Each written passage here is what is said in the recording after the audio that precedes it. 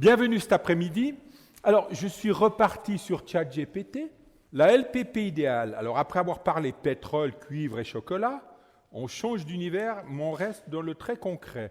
Comment vivre décemment à la retraite à Lausanne avec 4 500 francs par mois? Pour ça, on a la chance d'avoir avec quelqu'un qui connaît la LPP jusque dans ses moindres articles. Christophe Steiger, actuaire, expert en caisse de pension, diplômé CSEP et associé chez Aléaguet. Sur son terrain de jeu, les taux de conversion qui exigent des revenus quasi impossibles, les seuils d'accès qui excluent les temps partiels, les déductions de coordination qui pénalisent les petits revenus et ce fameux compte témoin qu'il rêve d'envoyer à la poubelle. Avec lui, la prévoyance professionnelle, ce n'est plus un labyrinthe administratif. Il propose une LPP plus transparente, plus sûre financièrement avec un taux de conversion réaliste à 5-8%, t'es bientôt mort là, et plus juste pour les revenus modestes et le temps partiel, le tout dans une idée simple, qu'à la retraite, le budget ne soit plus un jeu de survie, mais quelque chose qui tienne la route. Ce jour, il va nous montrer, il sait que c'est sourd, hein, il est fort, ChatGPT. Ce jour, il va nous montrer comment on pourrait passer d'un système compliqué, parfois injuste, à une LPP idéale, plus lisible, plus équitable et surtout adaptée aux réalités d'aujourd'hui. Donc, merci d'accueillir celui qui transforme des tableaux de cotisation en outils de justice sociale. Bienvenue à Monsieur Christophe Steiger et je te souhaite la bienvenue aussi.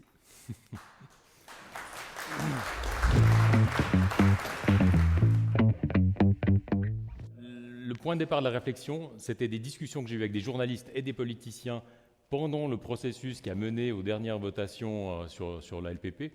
Et je me suis rendu compte que personne ne comprend rien. Donc le projet initial de l'OFAS pour les dernières votations était cohérent. Il était simple à comprendre. Il n'était pas parfait, mais il était acceptable. Ensuite, il y a eu cette discussion entre les partenaires sociaux, des gens qui ne connaissent rien à la LPP, qui sont arrivés à des choses vraiment absurdes. Et quand j'ai lu le projet de loi, c'était la première fois que je ne pouvais pas comprendre. C'est-à-dire qu'il y a des passages de la loi qu'on a refusée que j'ai lu, relu, re-relu, passé une demi-journée dessus, toujours pas compris. Et j'ai discuté avec des gens, je me suis forgé une opinion. Et puis finalement, j'ai rencontré quelqu'un qui savait et qui m'a dit que non, je me trompais. Il va forcément y avoir une réflexion sur où on veut aller avec les LPP. Et puis pour prendre la bonne direction, ça serait bien de savoir qu'est-ce qu'on ferait si on partait d'une page blanche.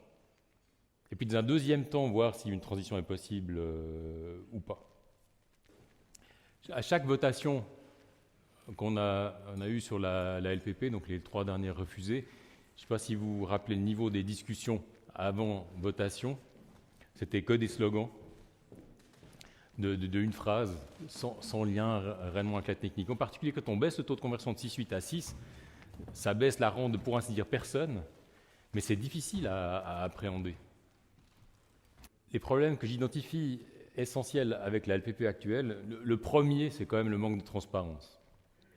C'est-à-dire que le système n'est pas compris. Ce qui n'est pas compris, c'est que la loi, elle fixe un système cohérent, entier, qui est un compte témoin, et quand il y a prestation, on compare avec la prestation de la LPP. Donc, par exemple, on peut avoir des prix montés des prestations qui sont totalement différentes. On peut avoir des modèles imaginatifs de prévoyance, et on peut les comparer au Union LPP. Donc quand on vote, on parle que du Union LPP et jamais du réglementaire, ce qui fait qu'il y a toujours plein de confusion. L'autre problème qui quand même s'aggrave, c'est que soit on a un problème de sécurité financière avec le 6,8% de taux de conversion minimal, et que si on veut avoir une prévoyance minimale, forcément on est contraint par ce 6,8%. Il y a 2 moyens de le servir quand même. Un, c'est d'avoir un rendement de 4,8, ce qui reste atteignable, ambitieux, à mon avis atteignable, mais peut-être avec un niveau de risque trop élevé. Ou alors l'autre solution, puis c'est évidemment ce qu'on fait, c'est la solidarité entre actifs et nouveaux retraités. C'est-à-dire qu'on sous-rémunère les avoirs des assurés actifs pour verser le 6,8.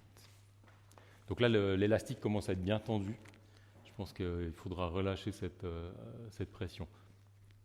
Même si ça concerne que peut-être 15% des caisses, la grande majorité des caisses n'ont aucun problème avec ce minimum.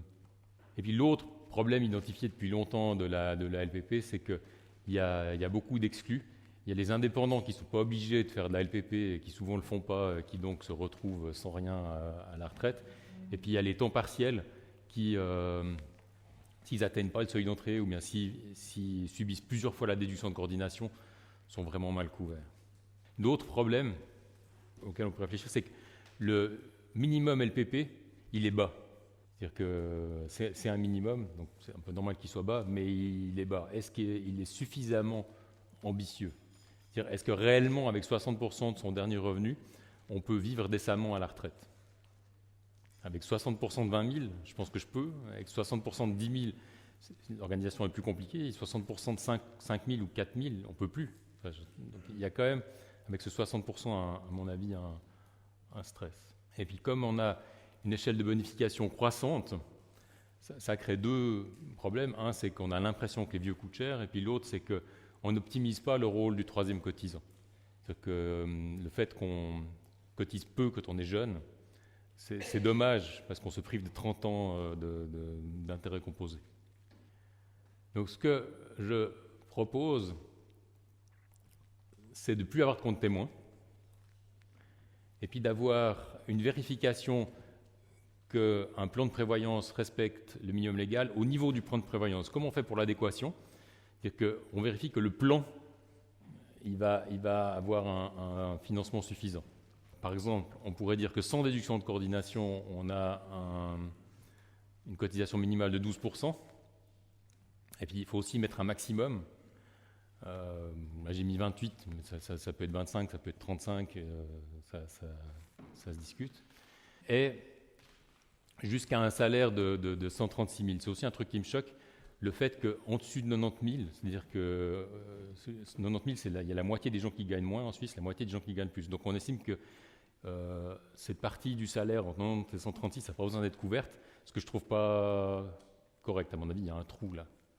Donc j'irai jusqu'au niveau couvert par le fonds de garantie en obligatoire. Et ensuite, il y aura une prévoyance sur-obligatoire qui serait favorisée fiscalement jusqu'aux 907 000 d'aujourd'hui comme plafond. Il me semble adéquat, il est quand même élevé. Et 28% de cotisation. Ce graphique-là, évidemment, il n'est pas à l'échelle, c'est quand même rigolo de le faire à l'échelle. C'est-à-dire que ça donne une prévoyance obligatoire jusqu'à 136 000, donc on voit de 136 à 900 ce que ça fait comme écart, et puis de 12 à 28. Donc on proposerait quand même une grosse marge. Les différents sujets de détail, le seuil d'accès, je pense qu'on peut pas raisonnablement s'en passer, parce que sinon, si on assure des trop petits salaires, on a quand même les frais qui commencent à jouer un rôle trop important, ça devient absurde. Donc on est obligé de garder, à mon avis, un seuil d'accès.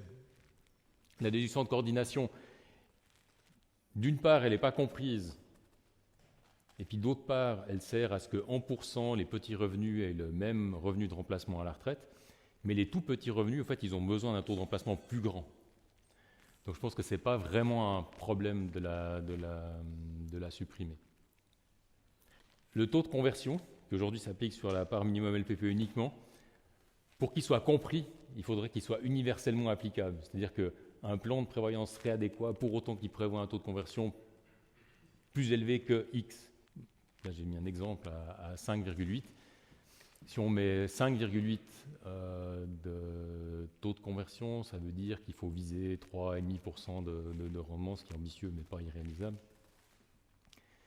Et puis on aurait une échelle de bonification d'épargne constante, parce que c'est ça qui permet d'avoir le plus d'impact du troisième cotisant. Les autres prestations, tout est passé, ça serait trop long, mais je pense que des prestations au pourcent du salaire, c'est plus simple à comprendre et plus équitable que des prestations au pourcent de la rente de retraite projetée. Ça, c'est aussi un truc compliqué qui introduit toujours que quelques personnes sont vraiment sous couverte. Il y a une question épineuse sur la primauté des prestations. Est-ce qu'on la garde ? On arriverait à trouver des définitions de minimum qui fonctionnent. Mais si on va aller jusqu'au bout du raisonnement idéal, compréhensible par tous, je pense qu'aujourd'hui, on comprend la caisse d'épargne. Donc, on ferait une croix sur la primauté des prestations, même si je l'adore. On aurait, avec ce que j'ai décrit, un taux de remplacement qui est plus élevé qu'aujourd'hui en fonction du salaire. Donc, évidemment, globalement, un coût de cotisation plus élevé aussi. Donc ici, il y a le besoin de rendement aujourd'hui avec le 6,8, puis le besoin de rendement avec 5,8, qui serait vers 3,3 en fait. Ici, c'est graphiquement les cotisations en fonction du salaire. Donc comme je vais jusqu'à 136 000, puis que c'est 12% ou que c'est un taux fixe, ça aurait la ligne bleue. Alors qu'aujourd'hui, on a les 4 lignes dorées en fonction de l'âge. Donc on cotiserait au minimum, enfin le minimum, il serait plus élevé qu'aujourd'hui. Et ça, c'est la rente cible à la fin sur une carrière complète. Alors pour tous les salaires, le nouveau minimum, il serait plus élevé qu'aujourd'hui. Puis évidemment, massivement plus élevé pour les salaires qui ne sont pas couverts aujourd'hui.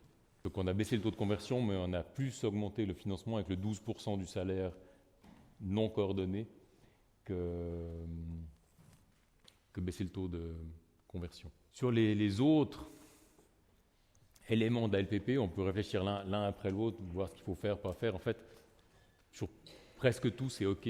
Les plans 1E, je les aime pas, mais ils peuvent garder leur place. Ça ne pose pas vraiment un problème. L'encouragement à la propriété du logement aussi, c'est un sujet.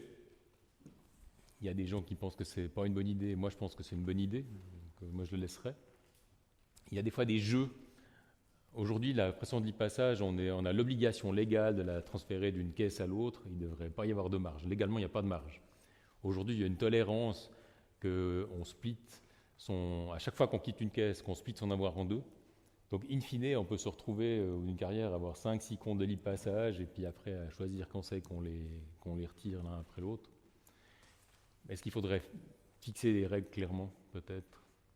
Sur les limites de placement, la plupart, elles sont OK. Il y en a une ou deux que je trouve faibles. Par exemple, je trouve que le 30% monnaie étrangère, c'est faible. Je trouve aussi que de dire qu'on ne peut pas faire de levier sur l'immobilier direct, alors que dans les fondations et les fonds, on s'en fiche, on a le droit, c'est une limite absurde. Mais globalement, les limites de placement, elles sont aujourd'hui, elles sont déjà adéquates. Il y a aussi un sujet sur le bilan technique. Le bilan RPC 26, il avait des fonctions bien précises. Donc le bilan qu'on fait aujourd'hui, c'est de déterminer quand on est en sous-couverture et quand on a des fonds libres. Et puis on a pas mal de marge d'appréciation sur comment on établit ses comptes, quels paramètres on prend, quel volume, quel niveau de provision technique on vise, quel taux technique on applique. Enfin bref, on peut beaucoup jouer quand même sur les paramètres, ce qui rend la comparaison de caisses entre elles difficile. Donc, il y a une question, est-ce qu'on ne ferait pas 2 bilans, un pour le pilotage de la caisse interne qu'elle choisit, elle fait comme elle veut, et puis l'autre qui serait un bilan qui permet réellement de comparer les caisses, avec des paramètres uniformes. Bon, c'est clair qu'il faudrait faciliter l'accès des indépendants à la LPP, exactement comment, je ne sais pas. Au niveau du capital d'essai, il y a une petite niaiserie à l'article 20A LPP, où vous savez que les enfants qui ont droit à une rente d'orphelin, ils se partagent le capital, et puis s'il y a un enfant qui n'a plus droit à la rente d'orphelin, il a droit à rien. Donc dans certains cas de figure, on a l'ordre des bénéficiaires qui est artificiel. Celui qui fait un apprentissage de 16 à 19 ans, il travaille, il gagne sa vie, puis il a son frangin qui ne fout rien, qui a 24 ans, qui glande à l'Uni, il reçoit tout l'héritage, et puis l'autre, il ne reçoit rien. Donc je pense que là, il y a un ou deux améliorations à faire au niveau de cette cascade des bénéficiaires en cas de décès dans la LPP. C'est d'ailleurs en discussion, sauf erreur, à la CHSPP. L'adéquation, on n'en aurait plus besoin. Dans l'OPP2, à l'article 1, on a les règles d'adéquation. Comme là, on a fixé que les cotisations, c'était au moins 12, au plus 28. En fait, si le plan est dans les clous, il est dans les clous. Là, j'émets une idée qui est que si on est dans un plan où l'employeur, il est fauché ou radin, et puis il a dit c'est 12%, on ne fait pas plus. En fait, c'est vraiment dommage que l'employé qui rentre dans cette mauvaise caisse soit bloqué avec ce 12%. Donc je pense qu'il faudrait pouvoir racheter des prestations plus grandes. Aujourd'hui, déjà, par exemple, si on a une caisse minimum LPP, on ne peut rien racheter. Quelque part, on a une caisse qui a des mauvaises prestations et on ne peut même pas racheter des prestations. Donc on pourrait prévoir que dans tous les cas, on puisse racheter au moins sur une échelle basée à 20%. Si on avait cette vérification de l'adéquation au niveau du plan de prévoyance, il y a plus de minimum LPP à calculer, puis il n'y a plus d'article 17 LFLP à calculer. Il y a aussi un problème dans la LPP aujourd'hui, c'est que avec les fondations collectives où on a un degré de couverture par employeur, ça fait quand même une usine à fabriquer des caisses de rentiers. Et on pourrait quand même avoir une masse de caisses de rentiers en sous-couverture à reprendre par le fonds de garantie. Il faudrait trouver, je ne les ai pas trouvées, mais il faudrait trouver des règles qui permettent de limiter ce problème-là. On a essayé de se faire une opinion, de savoir si le 60% du dernier revenu, c'est-à-dire si la LPP actuelle, avec l'AVS actuelle, permettait de s'organiser à la retraite. Donc on a pris un dernier salaire de 4 500 francs par mois pour un célibataire, et on a essayé de calculer combien ça coûte de vivre à Lausanne. Bon, alors évidemment, c'est un mauvais exemple, c'est la ville, c'est une ville chère, mais en fait on voit que entre l'AVS et la LPP, ça ne marche pas. C'est qu'on n'y arrive pas. On ne peut pas vivre à Lausanne. Bon, on peut aller vivre à Port-Ontruy, mais pas à Lausanne. Et par contre, avec évidemment le projet que je propose, il y a une capacité d'épargne. Donc on passe juste de l'autre côté. Et donc le fait d'avoir couvert, ici on a couvert 3 239 francs de revenus d'emplacement contre 2 600 quelque chose, le fait de couvrir un peu plus, en fait c'est positif pour les petits revenus. Il y a un besoin. Ce n'est pas juste un luxe. Évidemment, la question c'est, aujourd'hui on a un système, est-ce qu'on peut changer d'un coup? Alors là on a beaucoup réfléchi, c'est pas évident. J'ai pensé à une solution qui serait de dire aux caisses, pendant les 15 prochaines années, c'est le système actuel qui s'applique. L'année 16, c'est le nouveau. Vous vous débrouillez pour gérer la transition. Ça devrait bien fonctionner, sauf dans quelques caisses qui feraient les sauvages, puis qui feraient rien, puis qui changeraient brutalement. Et le problème, si on change brutalement, c'est que dans les dernières tranches d'âge, on cotise 18 aujourd'hui, puis là, on passerait à 12. Donc les personnes âgées, évidemment, si on faisait sans transition, on perdrait. Ça, c'est si on ne prenait pas de mesures transitoires, on voit que les jeunes de 25 ans qui rentrent dans le système, ils gagnent tous. Ils auraient plus à la fin, à 30 ans aussi, à 35 ans presque. Et puis évidemment, ceux qui sont à 64 ans, ils ont le taux de conversion qui passe de 6,8 à 5,8, ils n'ont pas le temps de rattraper, ils perdent. Donc il faut trouver des mesures transitoires. Une idée, ça serait que pendant un certain nombre d'années, on applique un système qui est à mi-chemin entre les deux, c'est-à-dire avec des cotisations croissantes mais moins croissantes.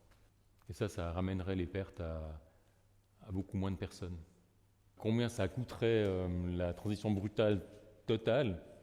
On se dit qu'il y a des caisses qui sont proches du minimum LPP, pour qui ça pourrait être cher.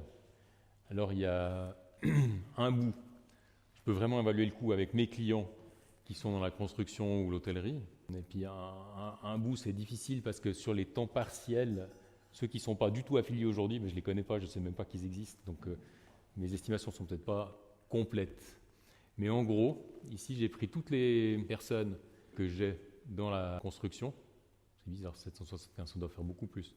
Ça doit être on voit que ça coûte plus cher, mais ce n'est pas un monde de différence. Et puis j'ai la même chose dans l'hôtellerie, ce n'est pas un monde de différence. Donc probablement que sur la prévoyance de son ensemble, ça ferait presque rien. Il y a juste, parce qu'on est déjà largement au-dessus du minimum, il y a juste les caisses qui sont aujourd'hui vraiment proches du LPP qui pourraient voir leur cotisation sensiblement monter. Un petit résumé. L'idée, ça serait de supprimer le compte témoin, supprimer la déduction de coordination et puis baisser le taux de conversion. Ça, c'est l'essentiel de ce que je propose. Pour moi, le plus important, c'est de rendre le système compréhensible parce que tant qu'il ne sera pas compréhensible, on ne pourra pas voter dessus. Donc chaque fois qu'on veut voter quelque chose qui touche la LPP, on aura un référendum, on aura une votation et jamais personne ne va rien comprendre. Donc si on veut sortir de cette spirale-là, de ce problème, le seul moyen, c'est de supprimer le compte témoin. Merci Christophe. C'est vrai que dans vos institutions, ce n'est peut-être pas des réflexions que vous vous posez. On a actuellement depuis 3 ans 100 000 retraités par année. C'est un article que j'ai écrit pour un magazine. Et sur ces 100 000, il y en a le 50% qui n'auront plus que 40% du dernier revenu. Non pas que le système AVS et LPP, non pas que le système suisse dysfonctionne, pour une raison très simple, c'est que les gens sont arrivés entre 35 et 45 ans depuis 1980 en Suisse. Et ces 100 000 retraités, si on veut assurer les postes de travail qu'ils libèrent, il faut doubler l'immigration. Si je ne me trompe pas, on doit être à 130 000 l'année passée. En 1985, on était à 35 000. Enfin, donc on a des valeurs là, et si on veut juste maintenir le pouvoir de production de notre pays. Donc on a des phénomènes politiques qui sont là. Et on pourrait dire, il y a aussi une réflexion, c'est que celui qui arrive à la retraite, il a pour beaucoup une déstructuration sociale. Je prends l'exemple d'un ami qui était dans une industrie. 6 mois après, il allait boire l'apéritif avec ses amis, puis il a dit, t'as vu ce qu'on a sorti là de nouveau? Puis il a dit, c'est quoi le truc? Il dit, écoute, toi, t'es à la retraite, on ne va pas t'en parler. Et ça a été choqué, et quand je l'ai vu, ça a été une destruction sociale, et on doit préparer la retraite. Alors, est-ce que vous avez le temps, vous avez le souci de préparer sa retraite? On a des complexités qui sont là, on a des évolutions, parce que le 7, 10, 15, 18, je l'ai vécu dans la LPP, je suis rentré en 83 dans la prévoyance. Déjà, on a vécu où les gens qui avaient plus de 55 ans, on les remerciait. Alors à l'époque, il y avait une cotisation du fonds de garantie qui soutenait la différence du 18% de 15 à 18 pour pas que les entreprises virent les retraités. Parce que c'était ça, j'ai dit le mot virer, c'était virer, tu coûtes trop cher, c'était LPP rentre en vigueur. Soit quand la LPP rentre en vigueur, il y avait un tiers des gens qui n'avaient rien, un tiers qui avait une misère, puis un tiers qui avait des super plans dans les banques, les compagnies d'assurance, certaines grosses entreprises où on était à 3, 4, 5 fois ce qu'était la LPP. Donc c'est tout des questions.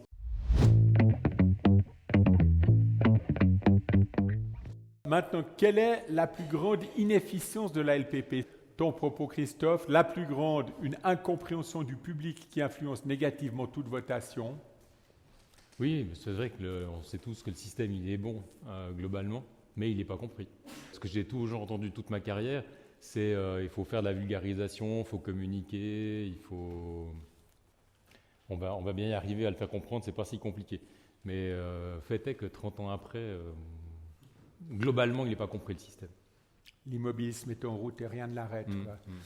Si on prend le deuxième plus haut taux, ne répond pas aux besoins de couverture de prévoyance pour les indépendants, les temps partiels. Intéressant, il y a une prise de position des institutions de prévoyance. Je crois que ça, c'est l'évidence de la proposition. Donc, on a une cohérence avec ta proposition. Avoir un taux de conversion de 6-8% qui réduit la solidarité.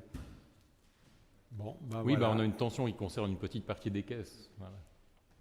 Mais c'est un fait.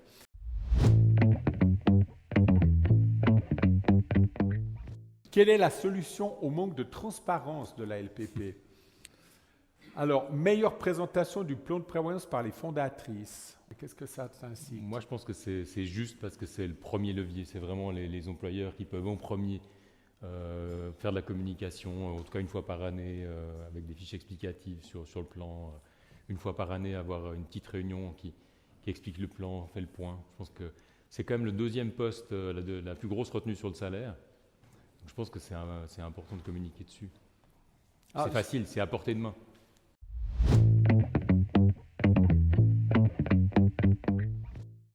Quelle est la solution au taux de conversion très élevé de 6-8?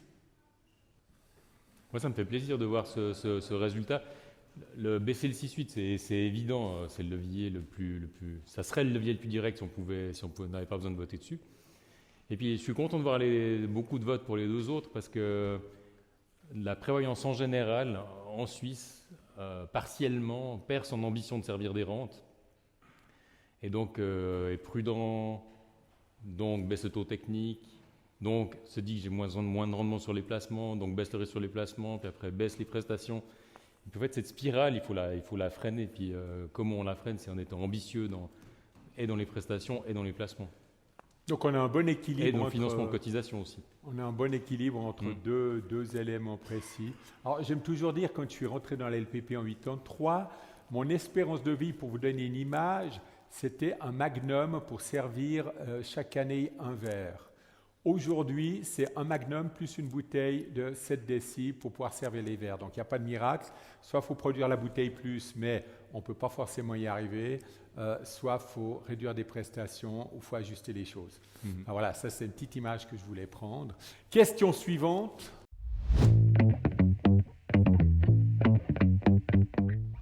Quelle est la solution pour forcer les caisses de pension à remonter des taux de conversion trop bas? Tu peux expliquer ta question là? Oui, le taux de conversion moyen suisse, il est à 5,17, un truc comme ça. Et ça veut dire qu'en fait, il y a beaucoup de caisses qui servent des 4,7, 4,3. Puis c'est des grosses caisses, peut-être pas nommer les coupables, mais des grosses compagnies d'assurance, des grandes banques. Et puis en fait, ce message-là, ça veut dire on ne veut pas vous servir de rente. Ne prenez pas de rente, prenez le capital. Alors, j'ai aussi des caisses dans la construction qui sont à 4 et quelques. Et là, c'est ignoble parce que le banquier, il a 30 et quelques % d'épargne. Il s'en sort quand même. Mais disons, je vois trop de caisses qui ne veulent pas te servir de rente. Et qui donc proposent des taux de conversion vraiment bas. Intéressant ce propos, on ne veut pas servir de rente. Je prends un autre chiffre. Nous avions en 1985 18 000 caisses de pension, fondations collectives, fondations patronales, fondations cadres et autres. On est à 1350 aujourd'hui, si je vois.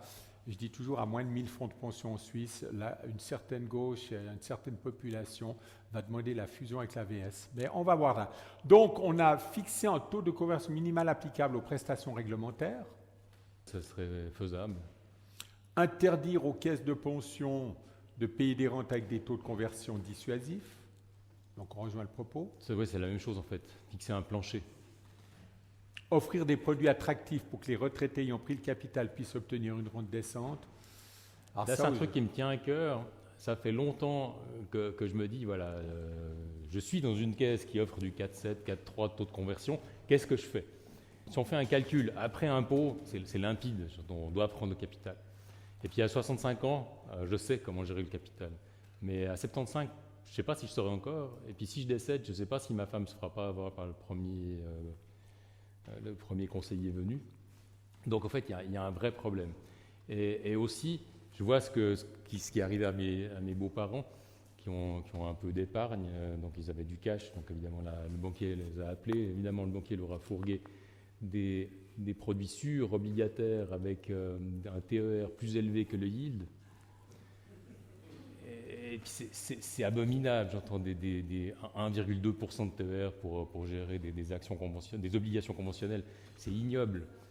Donc, ça serait bien si on pouvait encapsuler des produits qui soient optimisés fiscalement, simples, et avec des rendements décents, enfin quelque chose d'adéquat pour les rentiers en général. Et puis j'ai eu quelques idées de produits avec des gens, mais chaque fois, en fait, on se retrouve avec trop d'intermédiaires, et donc des frais de courtage et autres, puis on se retrouvait quand même passer 1% de frais. Il faudrait vraiment arriver à descendre en dessous de 50 points de base sur un produit bien ficelé, intéressant. On peut passer à la question suivante.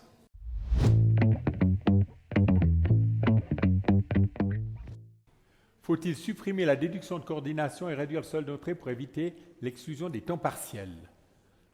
Voilà, ton propos. Ouais. Voilà, le constat est là. Est-ce que dans la salle, quelqu'un aurait une question?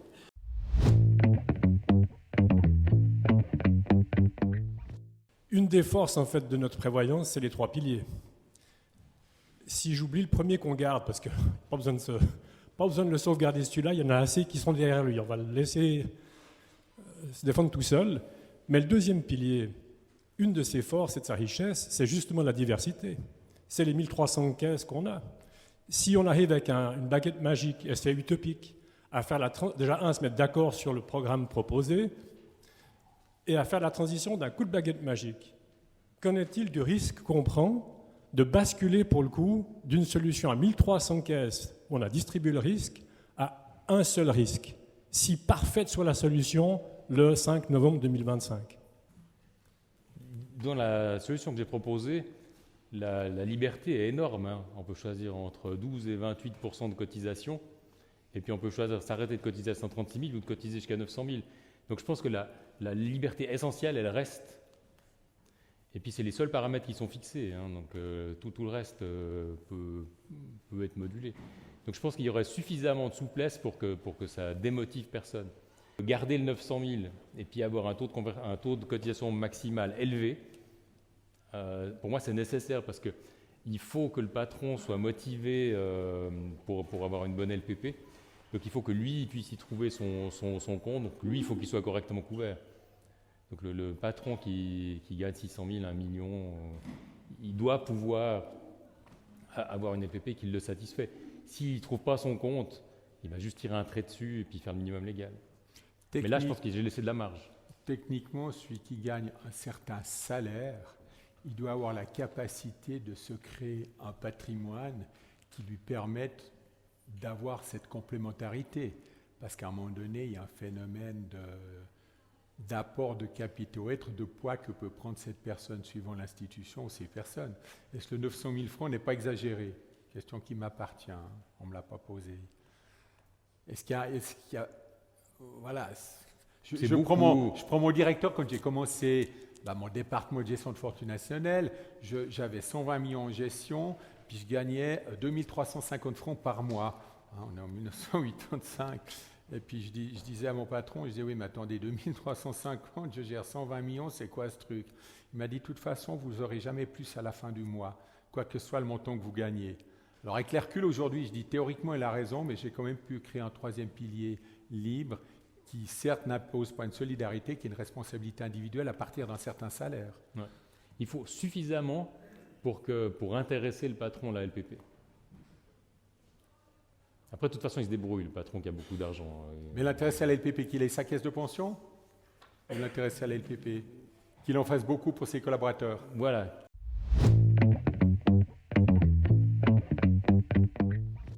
Merci, nous avons tenu le temps, on le savait, donc on est top. Bon après-midi, bonne continuation aujourd'hui. Merci.